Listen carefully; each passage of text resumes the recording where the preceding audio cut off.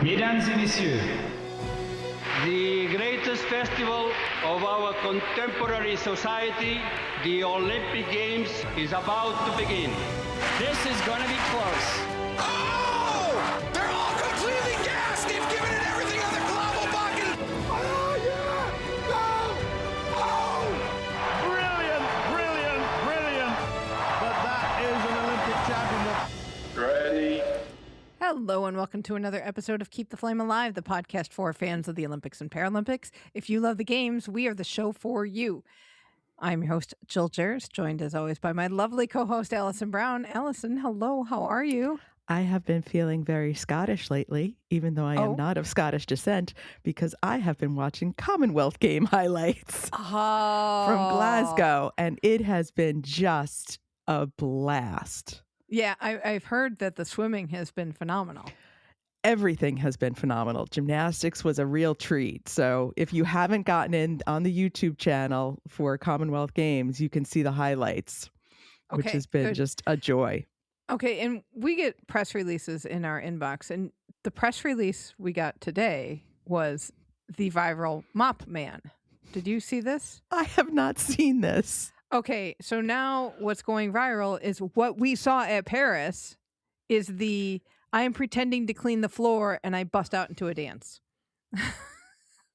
The little halftime show or pregame Yes. a hype show. Every time. And now it's viral. Again, I like that move to an extent because it's fun and surprising entertainment. I do not like that they are taking over floor cleaning, floor maintenance. Do you think they're mocking the floor maintenance people? I don't think so. I don't think they're mocking it, but if there is floor maintenance that has to be done at these, we are if nobody is the specialists on floor maintenance at a multi-sport event, it is us, really. I agree. And to have that break out into dance, fun, yes, but also like I thought that was actual floor maintenance happening and got very excited to see some sweeping and some vacuuming and then to have it turn into a dance. It always got me every time, but it's a moment of surprise. I wonder if they will do it for LA 28. Do you think they're going to do that for LA 28? Absolutely. It's easy. They do it at Disney World. This is a classic move of the men come to clean up, but then they break out into song and dance. Oh my. Well, and Disney does it best, really. So. Yeah. Oh boy. I have a follow-up file thing. I see that on our notes, and I'm a little concerned. Do you know why we're getting so much Jeff Goldblum in Olympics coverage? He is married to an Olympian. He is not. He is. He is married to Emily Livingston, who competed for Canada in rhythmic gymnastics at Sydney 2000. Well, now his presence at all these events makes so much more sense. Makes sense. Yes, definitely. And they've been married since November 2014. Nice. Oh, good on them. That satisfied my what's up with Jeff Goldblum everywhere. He's Olympian by marriage. Yes, exactly. We do have a great show today, including thoughts on LA 28, because I did go to the World Press Briefing last week, and we'll get to those. But first, we've got a great interview for you. We are celebrating the 30th anniversary of Atlanta 1996, and we welcome back writer and Olympics campaign strategist George Hirthler to the show to talk about his latest project, a documentary called The Games in Black and White, about the unlikely friendship between Andy Young and Billy Payne as they partnered to bring the Olympics to Atlanta in 1996. George wrote and co-directed the film and was one of its executive producers. The film not only tells the story of Atlanta's bid for the Games, it also goes into the planning and the execution of the Games. And who is featured in an interview? Our friend and Team Keep the Flame Alive member, Terrence Burns. The movie cleaned up at the Southeast Emmy Awards this year, winning 4 awards with Georgia Public Broadcasting. George himself won for historical documentary as part of the producing team, and he also won for Best Long-Form Writing. The film also took home awards for long-form content editing and motion graphics. Take a listen to our conversation with George. George Hirthler, thank you so much for joining us. It's so good to see you again. It's always great to be with you, Jill. And Allison, I'm delighted to be on Keep the Flame Alive because we're all struggling to do that day by day. Right. And it is hard to believe that it is 30 years since Atlanta 1996. Yeah. Last year, we were celebrating the 25th anniversary. Yeah, it goes so fast. And I was exchanging emails with some friends and talking about our memories and recalling my moment in the torch relay the day before opening ceremonies when I had a chance to run at Emory University right by my house, right in front of their law school and hospital. And I handed off to my partner, Brad Copeland, lit his flame. My wife, Carol, and my daughter, Jamie, ran alongside of me. So, yeah, those memories come flooding back. And, I was looking at a film that my brother-in-law shot, and my mother and father were both there, and I have pictures of the two of them holding the torch with me in my torch running outfit. It's very moving to see those images because you realize how powerful that moment, not just symbolic, but how literally powerful and emotional that moment is. My father died 2 years later, my mother 5 years after that. So the other day when I was reminiscing, it was delightful to see them both in that video, taking pride in their son, and enjoying the moment in the sunlight with him while the Olympic flame. My mother said, "Honey, if we could bottle this spirit up, the world would be a lot better place." She had a good thought. Yeah. Yeah, a good thought on the torch relay. Why make it an Atlanta 1996 documentary? Well, I mean, in 1989, Billy Payne hired me to be the lead writer on the campaign. Brad Copeland and I were hired as a creative team. He was a designer, I was a writer. For the next 2 years, we labored long. I started going to write the bid books and get them done by deadline. I would go into the office at 5 in the afternoon and work through to 8 in the morning. I did that for about 2 months to finish writing the bid books. And then when we won, September 18th, 1990, when we won the right to host the Centennial Olympic Games in 1996, turned out to be a life-changing experience in so many ways. We built a firm, Copeland Hirthler, that became a leading design and communications firm in the Olympic world through the 1990s, and got to travel the world, got hired by Istanbul to write and design their bid for the 2000 Olympics, which of course they lost to Sydney. And then hired by Stockholm to work on that bid for the 2004 Olympics, and then Klagenfurt, Austria, and then Beijing, and it just kept going and going. And for the next 35 years, I became one of the leading writers in the Olympic bid game. Every 2 years there was a new bid after Lillehammer, and I just hit 3 million miles on Delta Airlines, so my Olympic career is still going on after all that time. So I wanted to pay homage. Why did I do it, Jill? I really wanted to pay homage to Billy Payne and Andy Young for what they did, not only for our city and our country, not only for the Olympic movement, despite some of the problems that Atlanta had, but for me personally and for my family and friends. I just told you how my mother and father enjoyed the torch relay. I mean, it was that personal. My brother carried the flame 2 months before I did. He carried the flame from New Jersey into Pennsylvania and lit a torch that my sister was carrying. And So the whole family was in on this. Was there to see that. When you get your family involved in this great movement that we all love so much, it makes it even more meaningful. Let's talk a little bit about what Atlanta was like while in the run up to the bid, because one of the things that struck me in the movie was the way Atlanta as a city was different than many other American cities at the time, and also the explanation to IOC members that Atlanta had been a war-torn city and really the only American city that's really suffered from war, in a way that like a light bulb went on for so many IOC members because they were still close to the destruction of the world wars in their own country. Yeah, a lot of them were older and had memories of World War II, I'm sure. That's a really interesting point, and Charlie Battle brings that story out well in the film. When we started bidding and started traveling to Europe and other international destinations, no one in the world knew where Atlanta was. If they knew anything about Atlanta, they knew the civil rights movement, Martin Luther King, a little bit of that. Some of them knew about CNN, which was around, I think, in 70 countries at the time. And a few of them knew about the Civil War, but it was really the Civil War and the Civil Rights Movement were the bookends that you could use to kind of frame up the story of Atlanta in a concise narrative that helped them out. when we won the domestic bid, the very first opportunity with Billy Payne, Andy Young, Charlie Battle, and the team had to introduce themselves to the IOC was in Seoul, Korea, at the Seoul 1988 Olympic Games. And they traveled there. And somehow Billy and the team got the schedule mixed up, and they missed the actual appointment to introduce the team to the executive board. And they got a call from Madam Zweifel, who said, "Where are you guys? Get up here right now or you're going to miss your opportunity." So they ran up to the executive board meeting room and sat down. The IOC members on the executive board at that point were exasperated. They were going to be late for lunch because Atlanta had missed its appointment. And they were sitting there trying to, looking at their notes and ignoring what Atlanta was saying. When Andy Young said, Atlanta is the only American city that was burnt to the ground in the fires of war. And Charlie says that suddenly all these people around the table looked up. And suddenly Andy had captured their attention. And he then spun this narrative that led up to the civil rights movement.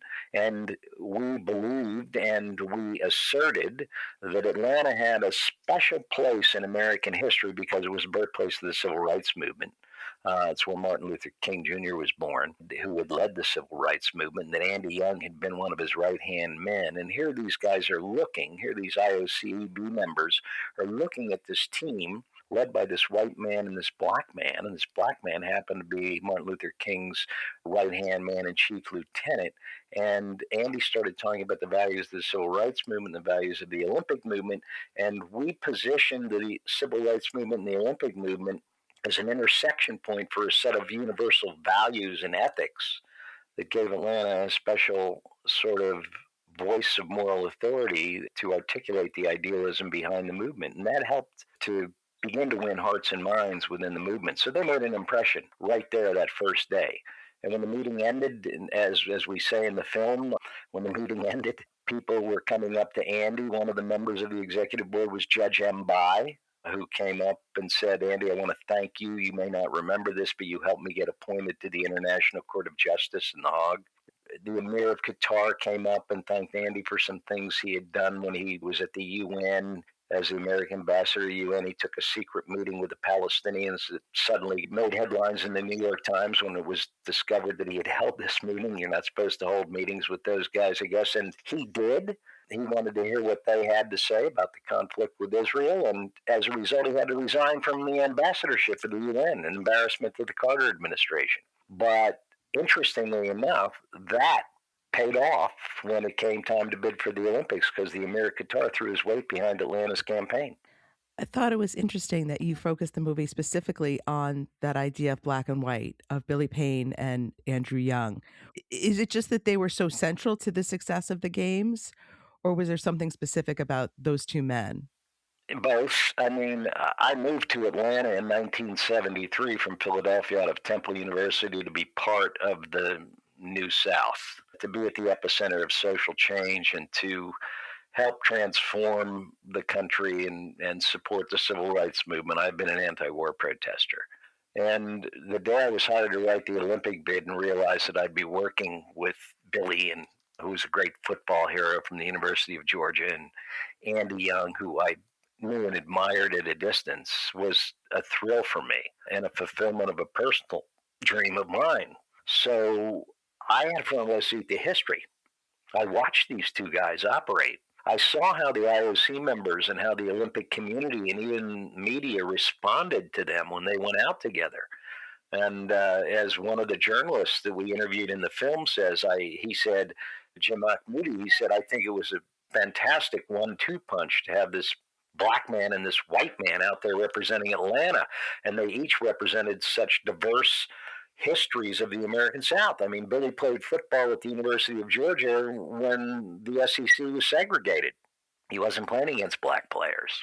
It might have been a different game if he was.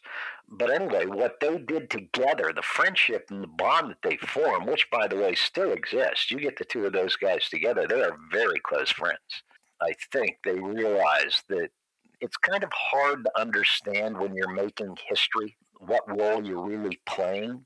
And if you look at it from a macro viewpoint, if you back away from the day-to-day grind and you look at what these two guys were doing from a historical perspective, you can see how they represented different social forces that needed to come together and came together in a vibrant way. And they saw in each other the potential and the possibility of doing something great for their city. They both loved Atlanta. They had a deep, abiding love for Atlanta, both of them, coming from completely different backgrounds.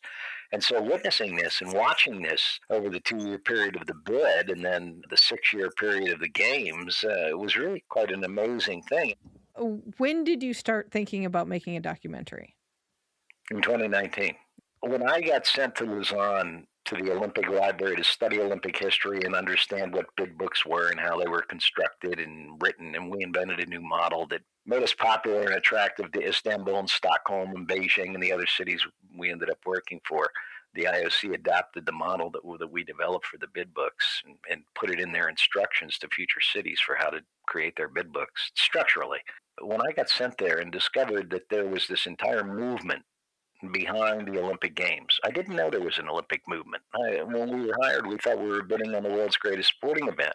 Didn't understand that the Olympic Games are only the most visible expression of this incredible, powerful social movement to create friendship and peace through sport that is active 365 days a year in 206 countries right now.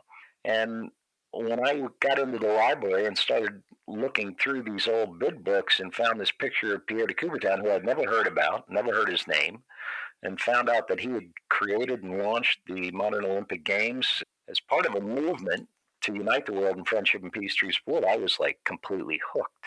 So in 2016, after doing 10 Olympic bids as a lead writer, I took some time off to write a book about them called The Idealist. 2019, the film rights to that novel, fictionalized biography, 540 pages, sold to an Oscar-nominated film producer, and I thought, I better brush up on my filmmaking, so I called my old buddy Bob Judson, a great filmmaker here in Atlanta, and I said, Bob, let's have a drink. I want to talk to you about filmmaking, just need to brush up on something. And I went to have a drink with Bob, gave him a copy of The Idealist, and he said, George, I want in on this project.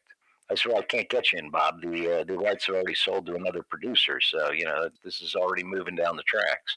And he said, well, what can we do? And I said, well, nobody's done a documentary about the Atlanta Olympic Games. Why don't we do one about the Atlanta Olympic Games? He said, okay, write a treatment. And so the next day, I started writing and realized immediately I wanted to tell the story of Billy and Andy. And Bob sent it to him, and he said, I'm all in. He said, let's figure this out. We started doing interviews. I called Billy, told him what we were going to do. He agreed to help. I called Andy. He agreed. We set up an interview on January 7th, 2020. This is pre-COVID. We started interviewing Billy and Andy, and the two of them were magical immediately on screen. And then we started shooting interviews, and we finished 17 interviews. I got Martin Luther King III to come. I got Shirley Franklin to do an interview. Shirley Franklin, who had been the senior vice president of community relations at the Atlanta Committee for the Olympic Games and later became mayor of Atlanta and had been Andy's chief of staff during his administration. When he decided to bid for the games. And we just started getting these great stories. And I interviewed a lot of people who were involved in the bid and the games organizational effort. And then people from the outside. You saw Terrence Burns in there. You saw other people that you would recognize, went all the way to Janet Evans, who helped us bid out in LA, running their, senior vice president or executive vice president out there for athlete relations. And Casey Wasserman had them recall what Atlanta meant to them. And COVID hit. We had to stop doing the interviews. We stopped at 17. And 2 years later, we got a corporate sponsor of the former sponsor of the Olympic Games to back us. It was Delta Airlines, and they provided the funds, and we were able to restart in 2022 and then finish all the interviews and the edit and everything. We had a premiere in 2025, April 26th, at the historic Rialto Theater in downtown Atlanta, and it came off really well. And, of course, then We just won 4 Emmys, so the film is pretty powerful. It seems to be getting good reaction by people who see it. Well, what did you think? Since you're outside of Atlanta and you had impressions of the games, how did that film affect you and change your perceptions, if it did? I think it was surprising to get the inside view, to hear how the people who were working inside the system and trying to get that bid put together. And it's hard to remember how unknown Atlanta was at the time. We think of Atlanta now as one of the major American cities, and it wasn't back in the day. It was just this little southern town kind of thinking, especially for someone like myself who lives up in the north. We just did not think of Atlanta as an international city the way that we did after the games. It's hard to remember that. Yeah, the only way we could describe to people where Atlanta was geographically when we went to Europe the first couple of times was to draw a map showing where Florida was and where Disney World was. And once they knew where Disney World was, then they understood where Atlanta was. And they thought Atlanta was Atlantic City, the gambling capital. And they said, "Oh yeah, you've got gambling there." It was funny. And then if you look at the history of Atlanta, when I got here in 1973, October of 1973, just when Maynard Jackson was elected mayor for the first time, he was elected that November. And he ended up doing 2 terms, followed by Andy's 2 terms, and he came back for a 3rd term. And so he was part of our bid. But back to your point, Allison, Atlanta was just unknown. When I got here, 1.2 million residents of the city of Atlanta. Today, there are over 7 million. And you can attribute that growth to the fact that the Sun Belt was rising and industry was moving from the north to the south, et cetera. There were a lot of economic trends underway, but also the fact that the South had been denied the commercial development that the rest of the country had enjoyed post-Civil War. It was still kind of like a backwater area of the United States. And most people around the world wouldn't visit the South if they were coming unless they went to Miami. But they wouldn't go tour the American South. It wasn't high on anybody's tourism list. Now it is. And if you look at what the impact that the games had on the development of Atlanta and its suburbs, it's just remarkable. It was like a booster rocket. In making the documentary, did you discover new things about the Olympics that you didn't realize? Well, I discovered overall the incredible impact and the legacy that the games had left. I mean, they really did transform downtown Atlanta. Billy's idea to build Centennial Olympic Park was a stroke of genius that literally connected our convention center business. We were a pretty vibrant convention center because we built the Georgia World Congress Center in the mid-'70s, so we were already attracting plenty of conventions, but those things typically don't make the news and people don't think of the city as a result of that. But we had that vibrant business going on. And then we had this hotel district downtown. And there was a walk across this dilapidated industrial patch of old buildings and broken down warehouses and parking garages and other things that you had to cross to get there. Well, Centennial Olympic Park filled that space in with a vibrant new green space right in the heart of the city. And I didn't realize that. I knew, of course, that 4 or 5 years after the games, a hotel was built on the edge of Centennial Olympic Park with some condos.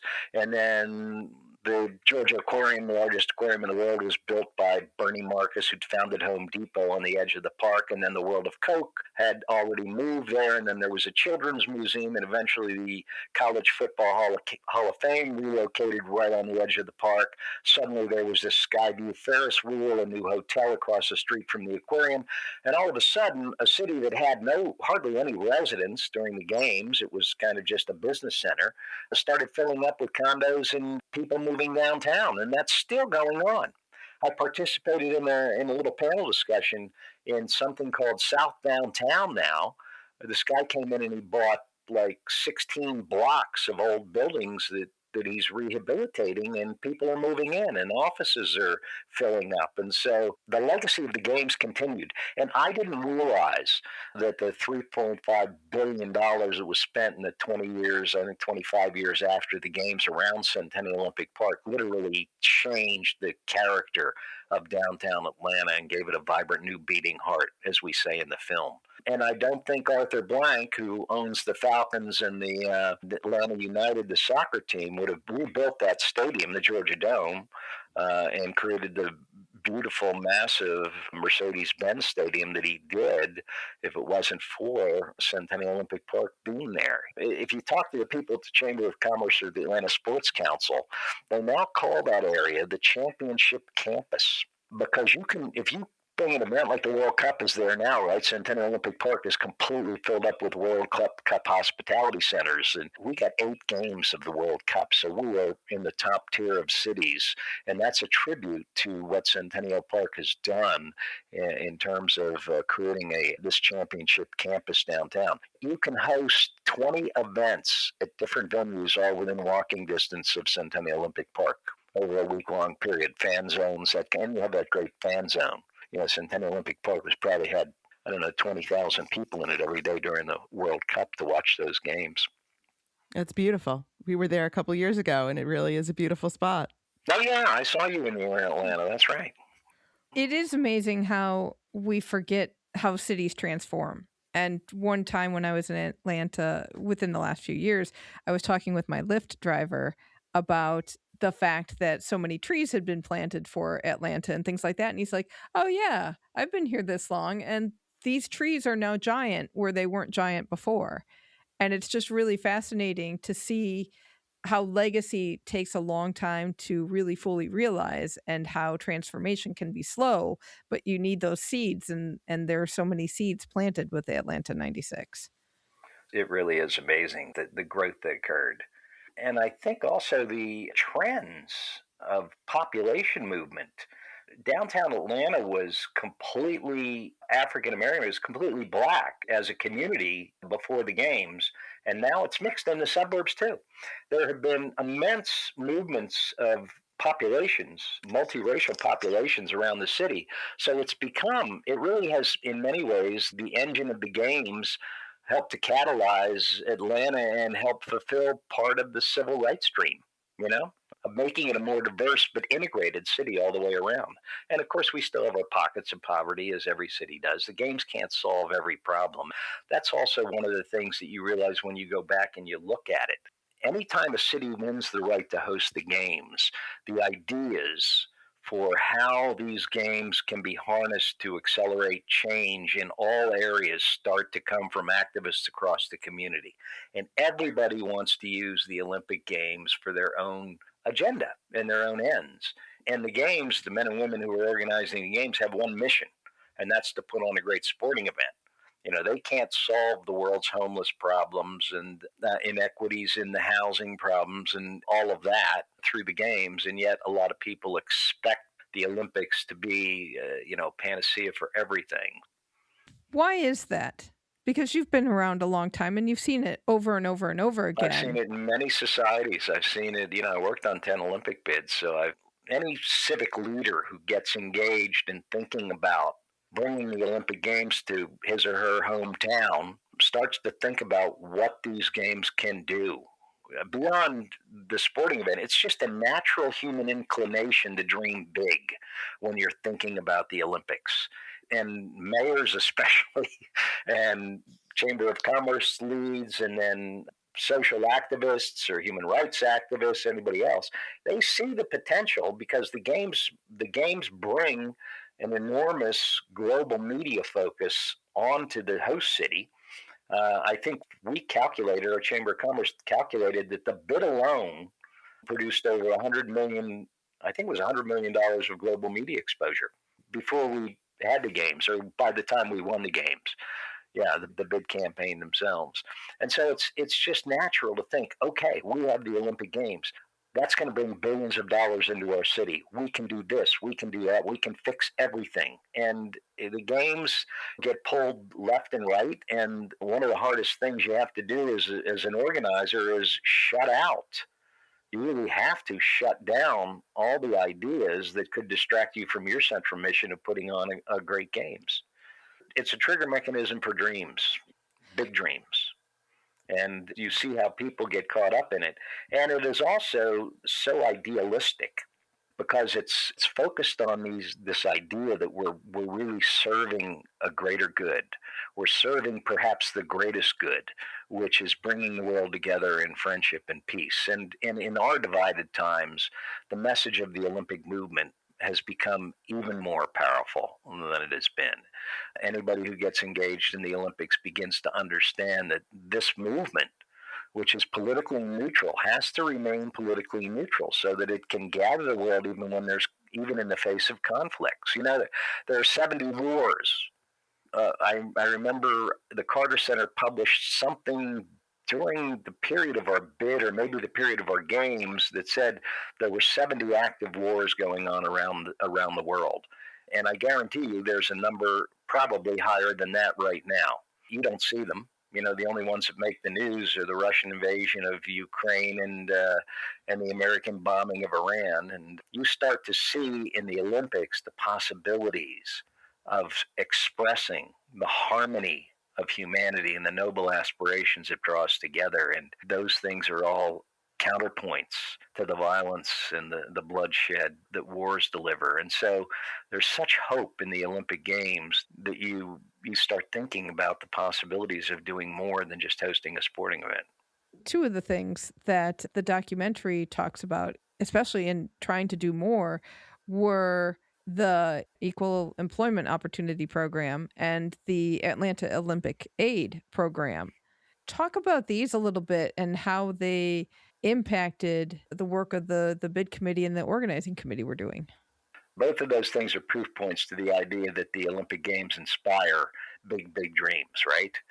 As soon as Maynard Jackson was elected mayor in 1973 and took office in January of 1974, he introduced a equal economic opportunity program in the city, in which, prior to his administration, black construction firms, for instance, had less than 1% of the city's contracts.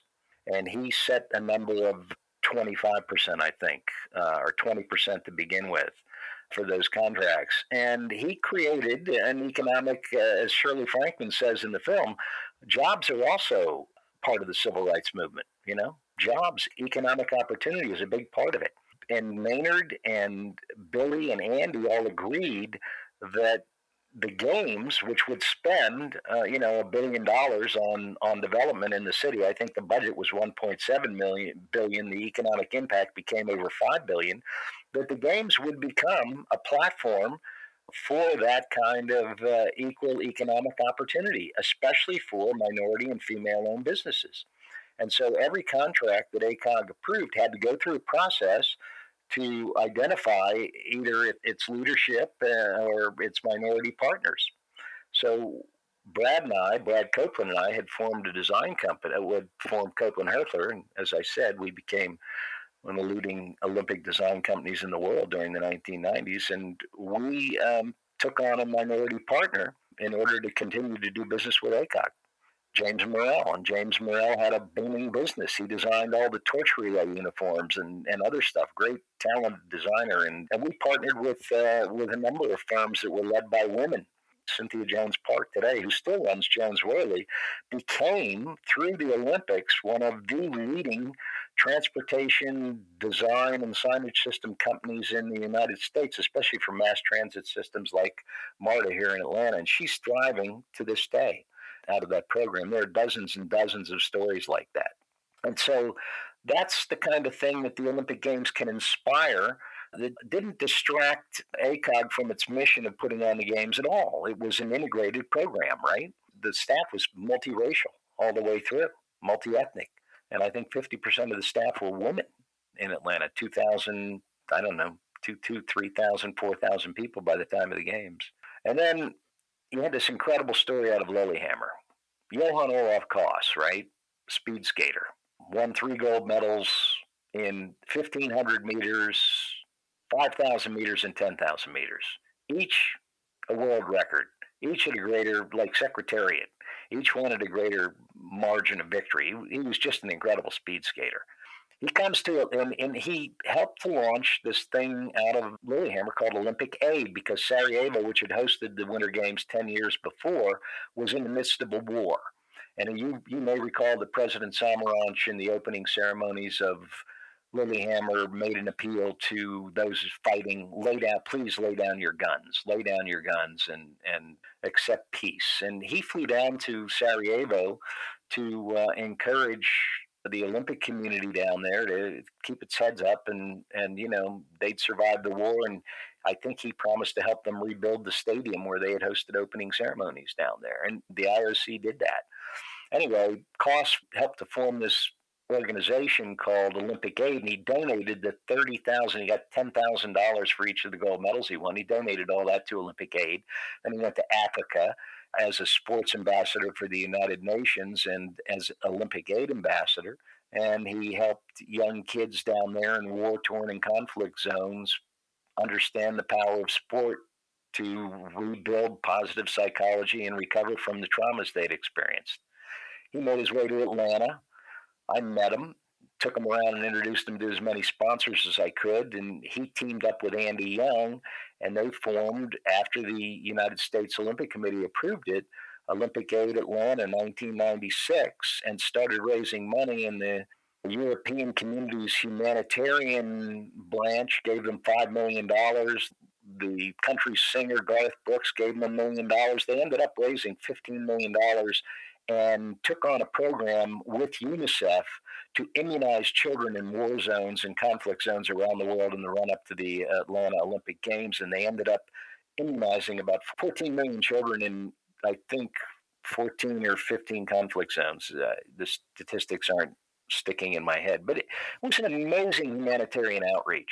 And the IOC, in their blindness over commercial jealousy, I think, shut down that program after Atlanta because some sponsors from the Olympic community were beginning to respond to it in ways that distracted them from their Olympic mission, I think. I'm not really sure what the conflicts were there, but that's one of the great stories that was completely lost in the annals of storytelling around Atlanta that I wanted to bring out.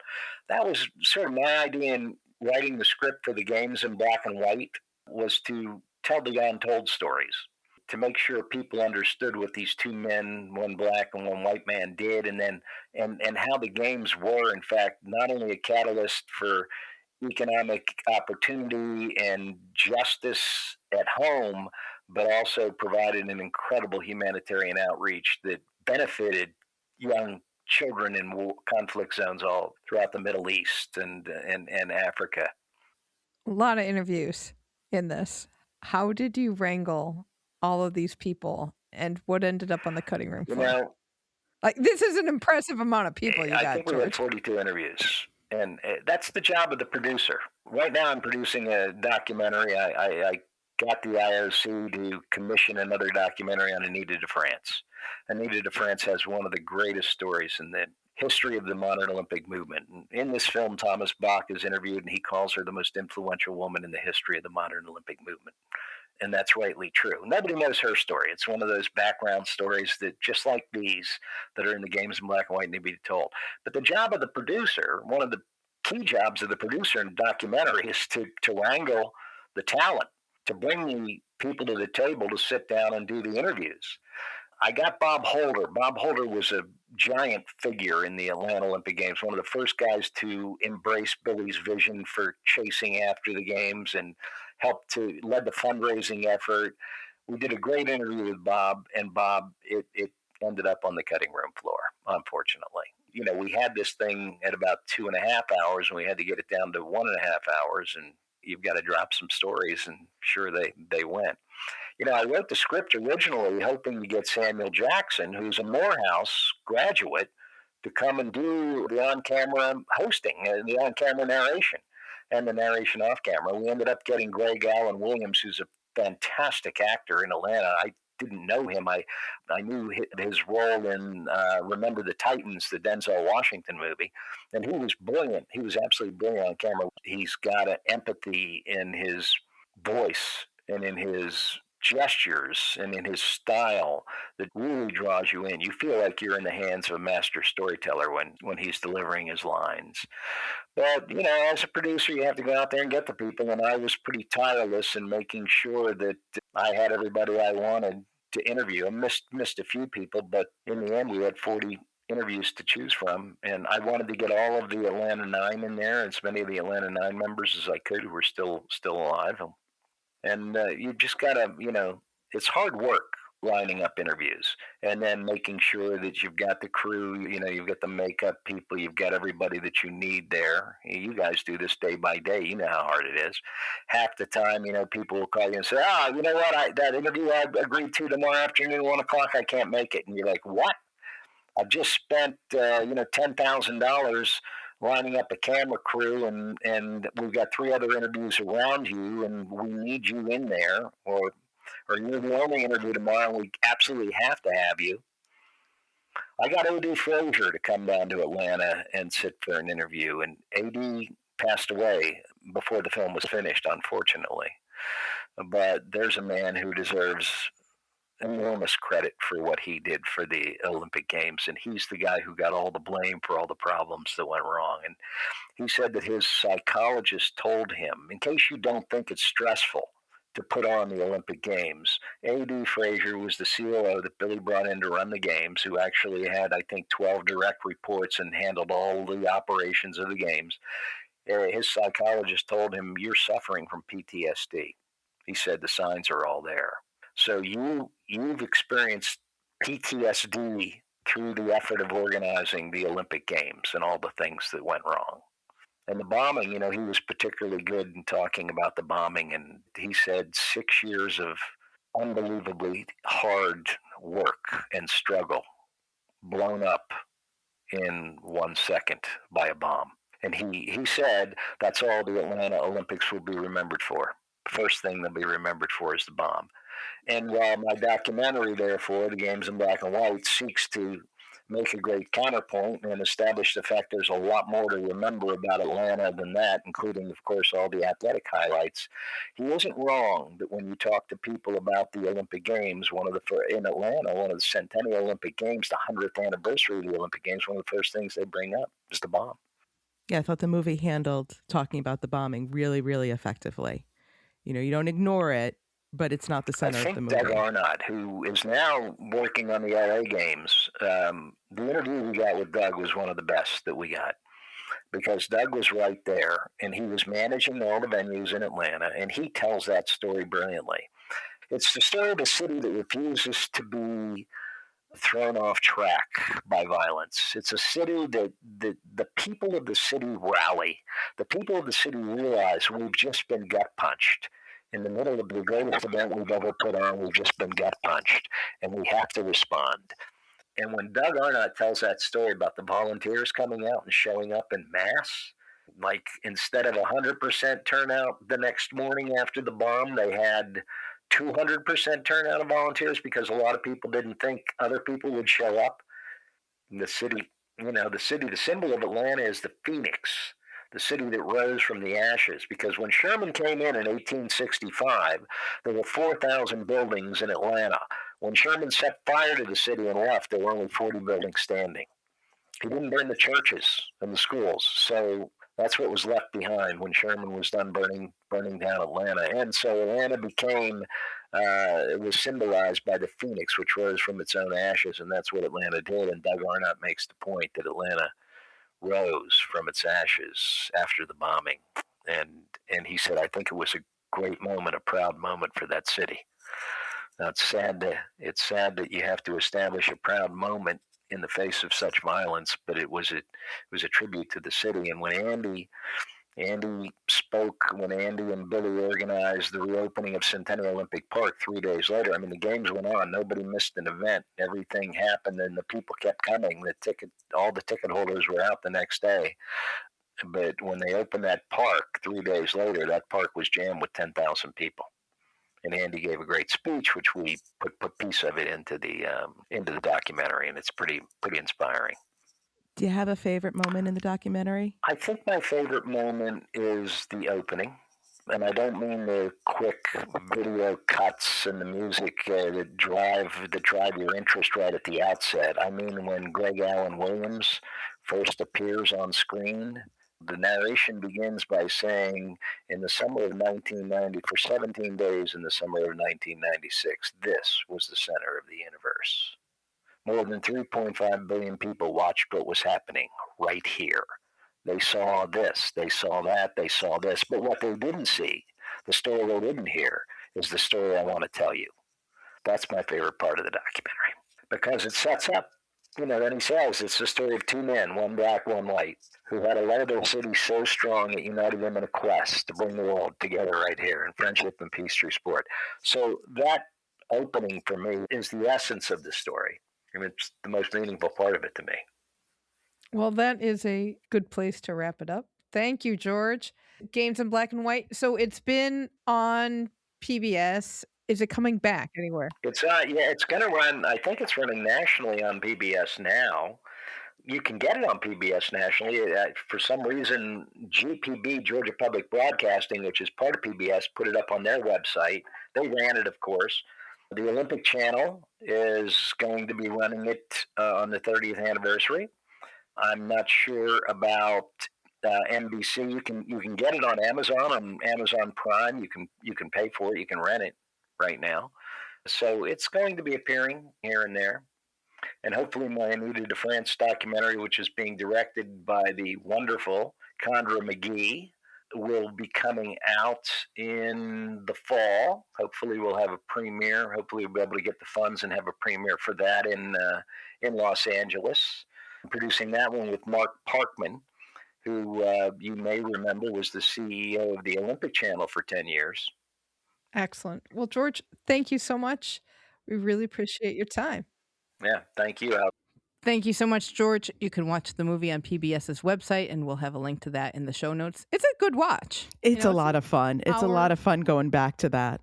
Yeah, and he did a good job. There's a lot I didn't know about putting Atlanta into context and the time and the relationship that Andy Young and Billy Payne had was really unusual for that time in U.S. history.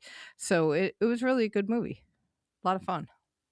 Also having a lot of fun are our patrons at patreon.com/flamealivepod. They are celebrating the Summer of Nostalgia, and you can get in on that too. All summer long, we are going back into our vault and pulling out never-before-seen photos and videos from Beijing 2022, Paris 2024, and Milano Cortina 2026, where you can relive with us some great moments and some escapades from those days. Because you've been pulling all the photos and videos, it's a surprise to me what comes up. So I have been having so much fun looking back at these old photos, and a lot of them I've never seen because they were your photos. Right. So I didn't get to see all of those in our shared files. This is like, oh, I remember that. Oh, I remember when we talked about this, or I remember when we saw that, because a lot of it is related to even stories that we told on the show in the dailies. And now these are the photos related to some of those stories. So that's been great fun. Yes, exactly. So relive those memories. You can become a patron. You can find out more. You could also just purchase the collection as a one-off without becoming an ongoing patron. Patrons do keep our flame alive as a podcast. And we'll get into LA's coming. LA is going to be expensive. But we greatly appreciate all that the patrons do for us. And this is something special that we wanted to do back for them, since they give us so much joy and so much help in keeping the show going. So check that out at patreon.com/flamealivepod.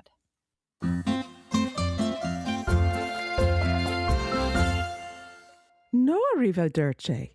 I thought we were done with Milano Cortina, and yet here we are. No, we're not done with Milano Cortina. We're not going to be done for a while, I think. A hat tip to Rich Perlman over at the Sports Examiner, who I got to hang out with last week at the press briefing. So that was even fun. better. He had a little story about Il Fatto Quotidiano reporting that the Veneto Regional Prosecutor's Office of the Court of Auditors has obtained financials that have not yet been published, saying that during 2025, the Milano Cortina 2026 Foundation's debts increased by 39 million euros to a total of 176.5 million euros, and its outstanding debt reached $1 billion. That's 25, so they didn't have 26 numbers yet. And we don't know how much money came in during 2026, which is obviously a bulk of stuff that happened on site. That said, Lombardy, they've set aside 199 million euros, and Veneto set aside 99.4 million euros in case they need to cover outstanding debt, which is a big deal when it comes to like people not remembering that the party had to get paid for, and they're like, hey, what happened to the services that you want to provide? Yeah, that's a big chunk of change, servicing debt. All right. LA 2028 news. Because, LA 28 may not have debt. I don't know. They're using existing venues or temporary venues, so that's going to be a good thing. I did go to the World Press Briefing last week. We're not allowed to report on specifics from it, but to be quite honest, it's not exciting for fans to know things about like how to get offices at the Olympics if you're part of the press. It's that kind of thing. And we did go to a place called Cosm for the opening night party, thanks to the USOPC helping to put that on. Cosm is a venue that's over in Inglewood, and you could see both the Intuit Dome and you could see SoFi Stadium or the LA 28 Stadium from that. It is a sports bar maxed out because they have a dome inside, and they've got like planetarium technology for this. And they showed in there how like one level of technology screen, you still see lines across the big screens. This could take away those lines. And it was very immersive. It was very cool. Like they showed sports clips throughout the thing to show you how the technology worked. And I almost got up and cheered with the fans that were on the screen. It was that immersive. And then they showed what they can do for settings. So they put you in the Sistine Chapel, and it was like almost a 360 view. You could look to the side, and there was stuff on the side, and you could look to the ceiling. Then they also did movie experiences. So they showed what they would do with Harry Potter and with The Matrix. And so they'd have in their dome a giant screen that just looks like a screen that would be on your home. And then on the planetarium screen behind that were all of these like immersive world things you could do. So there would be maybe brooms flying around or owls flying there, or the Matrix would be coming down in the background, or if Neo was going to fight in the dojo would suddenly appear in the background, and it would be just way more immersive. It was unbelievably cool. And so are we going to use this to watch events? We might. I don't know. Because they did have World Cup games there. You could buy tickets to see World Cup games. But I will say that there's also going to be one, I know, in Detroit, maybe Atlanta, but one is opening up in Cleveland next year. Oh, nice. And good on you. Yes. Yeah, I know. We're very lucky.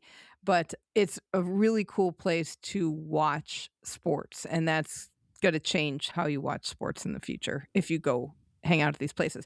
Obviously, it's going to be a little bit more expensive than a sports bar to get a ticket at these things, but it was just unbelievably cool. We did do venue tours. The IOC did post that we went to venue tours.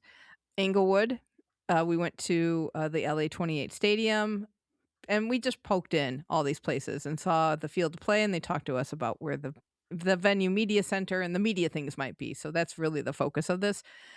We went to the Intuit Dome, which is basketball focused and was built for basketball athletes. And that's a cool new stadium. The inside, the experience is going to be really cool as a fan. Inglewood, getting out of there was a long trip. Inglewood's pretty isolated compared to LA. So I would keep that in mind. And also, I'm starting to catch up on how LA did with the World Cup and seeing a little bit of transportation issues trying to get to the arena and getting into the venue. But hopefully they will have things worked out for LA and better transportation options. Don't know, because Inglewood's its own city. It's got its own mayor and its own priorities. So we will see what happens with that. We went to Exposition Park, where the LA Coliseum is. And it also has the venue. It's probably called the Exposition Park Stadium or something basic like that, because it's currently known as BMO Stadium. That's where flag football and lacrosse will be. And then nearby there is the Galen Center, and I know fencing will be there. And we also saw the Media Village. Also in Exposition Park is the California Science Center, the Natural History Museum of Los Angeles County, and the new Lucas Museum of Narrative Art. They also have a rose garden there. So there is a ton to do, and that is going to be a big place, I think, to do stuff. I don't know how much of around the Coliseum and around the other stadium will be blocked off for venue access and how big that venue perimeter is going to be. But like, if you're going to go there, that's going to be a place to do stuff. And when you have an event like the Olympics happening and you go into a museum, it is empty. Right? That is the best. This is probably going to be the best 2 weeks to go to Disneyland. Maybe. You might get people going, I couldn't get tickets, I'll just go to Disney. Or like, we're going to get tickets to the Lucas Museum because it's new and exciting and it's right there. So I anticipate that area, they didn't really talk about what the park is going to be like, and I don't know how much control LA 28 would have over activations in the park itself, but that has potential to be a really great hangout space. So that is something to look forward to. Then finally, we went to downtown LA to that zone, which was the Peacock Theater and the LA Convention Center. And I don't know what they're going to call it. It's crypto.com arena right now. And they announced while we were there that para powerlifting will be in the Peacock Theater. Just get weightlifting tickets. You will not be disappointed. And if you're going to the Paralympics, get para powerlifting tickets. That venue is going to be packed and it's going to be exciting. Same with boxing. Prelims are at Peacock. Those will be exciting. It's going to be a theater setting. Goalball will be there because the sound will be really good for the athletes. It's just going to be a really, really cool venue. Crypto.com is where or if you prefer Staples Center, that is where the LA Lakers and the LA Sparks play. And that's going to be where gymnastics is. And boxing finals will be there too, I believe. Very cool arena, very iconic arena. It's going to be big for gymnastics. I think it's bigger than Bercy. And I think it has to be. And it's going to be better than Bercy Arena. So those are going to be venues. We didn't get into the convention center at all, but it's right there too. So the downtown LA zone, there are restaurants in this downtown LA section. There are a couple hotels. But even if, like, I did not stay in the host hotel, which was in kind of this cluster, I stayed maybe a 10-minute walk away in downtown LA, and getting around there, it's walkable. There's also buses, and the 7th Street Metro station is a big hub. So that's a place to look. I will say I stayed in a hotel that if you're staying for a long period of time, it's not conducive to that. I'll just name it. The Wayfarer downtown Hilton property. Lovely hotel. Fabulous staff because it's Hilton, and the Hilton staff are always very good. Good food, but my room was made for somebody who's there for a convention or a conference. And it's smaller. It's very comfortable. The bed is very comfortable. Pillows are comfortable. Everything was very nice. Great blackout curtains, but there's no place to store your luggage. There's no closet. There was no refrigerator. And I was in the tiny room, and they have bigger rooms with more bed options available. But if you're looking for hotel stuff now, make a list of what's important to you and make sure that it's in your hotel. I was kind of surprised to not have a fridge. Didn't need it, but I was surprised. Well, I could have used Coke storage. I would have said that. Yeah, because then you end up having to fill the bucket with ice and putting one in the ice bucket. No ice bucket. No ice bucket. Yeah, there was no ice bucket that I noticed. I mean, it took me a couple days to find out that there was a steamer in the room, even though it's a tiny room, but everything's kind of bagged up and hanging on your 2 hooks, and you have 4 hangers kind of thing. They had underbed storage, which was nice. But again, like if I was staying with another person, there was nowhere to put the suitcases. Yeah. Kind of thing. So like that's really important when you're thinking about hotels and how long you're going to stay, even though you're not going to be in the room very much. It's still got to be practical. Start thinking about that because hotels will be open before you know it. Really. It's going to be a year, but they'll be open pretty quickly. On my last day, I decided to go down to Long Beach to see how that trip from the downtown zone would be. Easy peasy on Metro. Easy. Oh, good. Because the Metro stop was like a block and a half from my hotel. And one train got me there. Took an hour 10 on the train. It's a long train ride. Trains were accessible. I will say that. I know listener Meredith was looking at accessibility measures.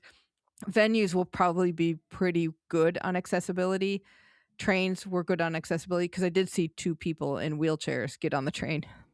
I also saw somebody. So we're in my departure station, and a guy in a wheelchair is moving towards the door to get on the train, and somebody else ducks in front of him and kind of not jars the wheelchair, but like makes the guy have to stop so he doesn't hit him. And the guy in the wheelchair, once they got on board, was given the first guy grief for cutting in front of him. And the guy goes, "I'm sorry, I didn't see you there." And he said, "You didn't see 600 pounds of wheelchair?" And then I kind of moved to a different car because they were yelling for a little while. Trip was fine. I mean, it was comfortable, but you're on public transportation in a big city. You might get people trying to sell you things, which they're not supposed to do. You might get people who are talking out loud, very loudly, to nobody, to people that they can only see. You will drive by a lot of garbage. Yeah. You will drive by homeless encampments. And I don't think that stuff's getting picked up for the games. It's impossible. And LA has a lot of housing problems. And it's a big city, so big cities have a lot of problems. And there are a lot of issues that they can't be fixed by the Olympics or the Paralympics. And they're not going to get cleaned up in 2 years. Right. And I don't think they should be cleaned up, to be quite honest. I think we should keep it. I mean, like, you want people to be housed. Right. And you need to solve the problem, not just clean it up for the Olympics. Yes, exactly. Yeah. So it's putting more light on the issues and trying to find real solutions would be a good use of time and money. But I don't trust that that's going to happen. When I got to Long Beach, again, easy off the train, I was a 10-minute easy walk to the front door of the convention center, which is where shooting will be, target shooting. Next to that is the arena, I believe, for handball. Okay. And then next to that is the parking lot where climbing and the pool will be for artistic swimming and water polo and I believe para swimming. And further down, but walkable, is the beach volleyball venue. Not walkable is rowing and like coastal rowing and canoe, I think, canoe sprints. That's a little further down, and I think you're going to need to get on a bus, and hopefully they'll have shuttles for that. Long Beach has a potential to be a phenomenal place to be for the games. There's a promenade that they have that's got some restaurants, and it's just basically a pedestrian zone with restaurants and maybe stores. It was quiet during the day, but I bet it can be really lit up and fun at night. And near the convention center, there's restaurants, there's a mall, there's another little area that was a lot of restaurants. So there's going to be stuff. The perimeter for the venues will be pretty blocked off. I think the Warped Tour happened to be there at the time. So I got to see how you could have 3 or 4 stages in this parking lot and go, oh, that's how they're going to do 2 venues. But honestly, it was really close. I would still budget like minimum 2 hours if you're coming from downtown LA to go to Long Beach and do a venue. I would put more on that time, really, 2.5 minimum. Right. Because you don't know how long it's going to take to get into venue security. And once you're in, at least like when I looked at the Warped Tour, it was like a whole mini city in there. It right, wasn't so just the like walking around. Yes, walking around your venue is going to be a lot. But all of it's going to be really cool. And there's so many sports that are just right together that's really, I think it's really good planning. So good. That's nice to hear. That's hopeful. That's very hopeful. So if you go to Long Beach and you're staying in Long Beach, you're going to have a good time. Know that stuff can be far away from things. This is a much bigger footprint than the Paris footprint. So if you thought, oh, in Paris I saw like 3 sports a day or could definitely get to 2. Maybe. I mean, if you're in the same zone, you could probably get to more than 1, but plan that out. Take a look and say, are these things in the same zone, but getting from zone to zone, that's another story altogether. Right, because if I was looking at the distance from the Coliseum to the Honda Center where volleyball will be, that's in Anaheim. That's 34 miles away. Cricket is almost 35 miles away from the Coliseum. So if you want to be centrally located and still get out to some of these further out venues, do the math and don't get, we had a ticket drop going on right now. So people sometimes get really excited about the possibility of tickets, and they're like, well, we can just make it happen and make it work. And then all of a sudden you realize that you can't get from a morning session way north of the city down to Long Beach for your evening session. Like, don't jam it in. There's going to be plenty to do. Oh, Casey Wasserman spoke at the Cosm party. Oh. For all of a couple minutes. He's got to be good one-on-one. He was not good on the microphone in front of people. Oh, no. And maybe it's because we were press, but he was nervous. He wasn't very dynamic. He did say that there were over 220,000 applications for volunteers already.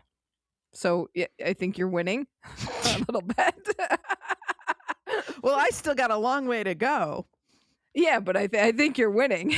I think you were much smarter about this.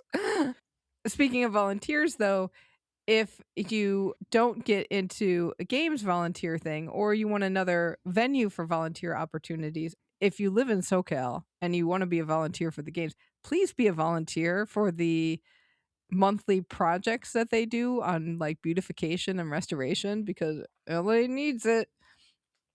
But the Finnish Olympic Committee is looking for volunteer assistance to support Team Finland at LA 2028.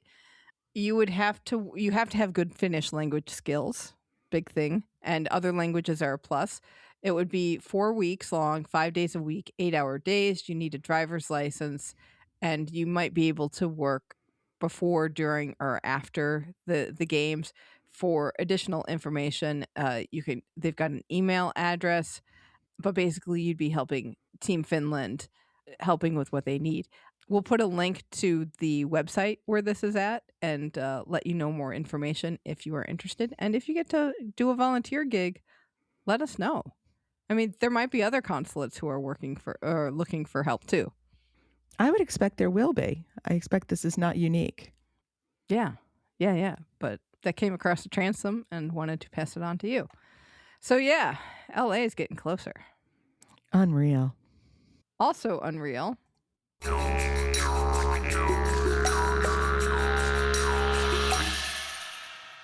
Brisbane is only 6 years away. We got to get through LA first. Yeah, I know, but it is so weird. They unveiled their Omega countdown clock. Wow, their countdown clock is long. I know, for it to be, and it looks like it's digital, so at some point they will be able to take away the years and you won't see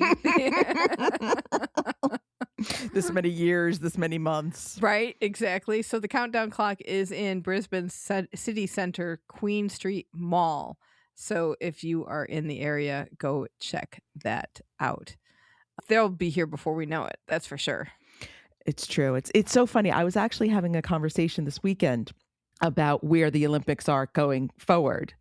Mm-hmm. And, I said, French Alps after LA and then Brisbane. And then people I were talking to immediately said to me, can we come with you to Brisbane? And I said, well, it's a little far away for now. I'll let you know. But yeah, there's something about that being in Australia. I think LA has the same thing where they're just getting that, just being there is going to be such an event.